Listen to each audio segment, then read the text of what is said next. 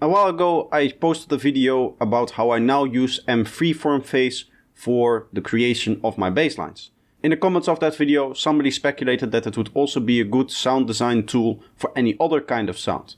Today I want to show you the kind of sounds that you can create with MFreeFormPhase in terms of lead sounds. So for the last couple of videos I've been showing you kind of creative and obscure sound design techniques. This also falls into that category. Although I've featured it in my own channel, I don't really see this kind of sound design being done by anybody else, even in the YouTube sphere or just in the music that I hear, because you can get some very cool, very crazy sounds out of this.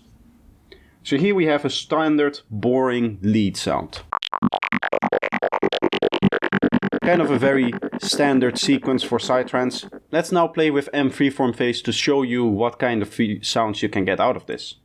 So I'm going to turn it on and immediately you'll hear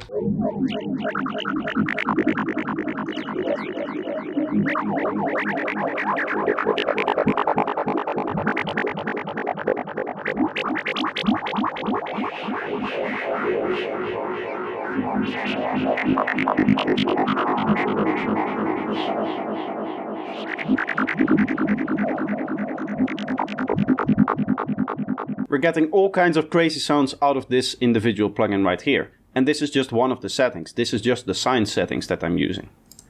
I can go in here and maybe go with the stair settings.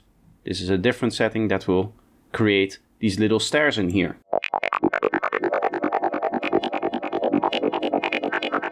Maybe this does something particular. Maybe if we turn it around.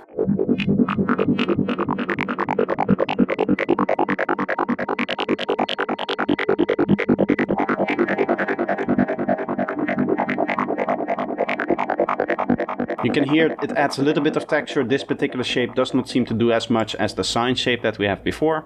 Let's look at maybe triangles. See what kind of crazy sounds we're getting out of this.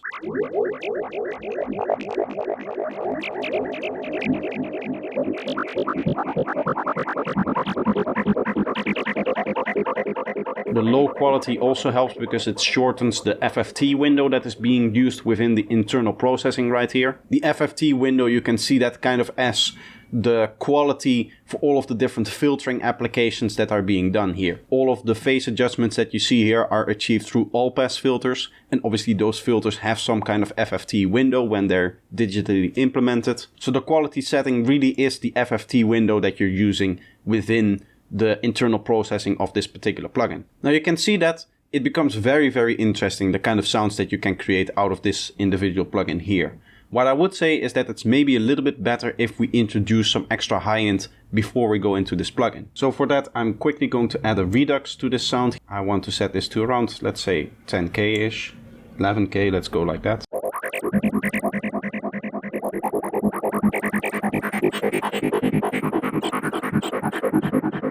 Get more of a high-end kind of sound. Let's go. You can hear this extreme version becomes very, very washy. Although the extreme version is what you use on bass lines, sometimes for lead it is nice to have the lower version. Shorter FFT times means that it's a little bit more staccato sounding.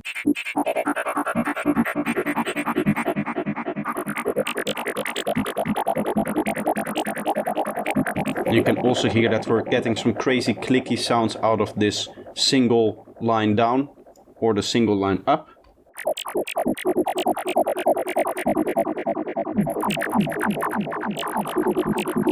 Again, switching between low and extreme gives slightly different textures here. Now obviously there's a lot more that you can do if you go into post-processing, if you go into different ways of actually using this. Maybe you want to have this a few times, you can duplicate this. If the depth of 10,000 isn't enough for you, then obviously if you duplicate it more and more, it will continue to stack these effects. But for now I'm going to leave it here up to your imagination. MFreeFormPhase is a free plugin. I believe it's available in the free suite. So if you want to experiment with this sound design technique, it should be very, very accessible. Either way, I hope you enjoyed this video. I hope you enjoyed this little mini series that I did in the last few videos of exploring different sound design techniques that are a little bit obscure, maybe a little bit underused. Obviously, it is always possible to combine these sound design techniques. Maybe you want to use a little bit of Designer FM and then add the Filter FM on top of that. And then you want to add this kind of phase shifting that we're doing here on top of that.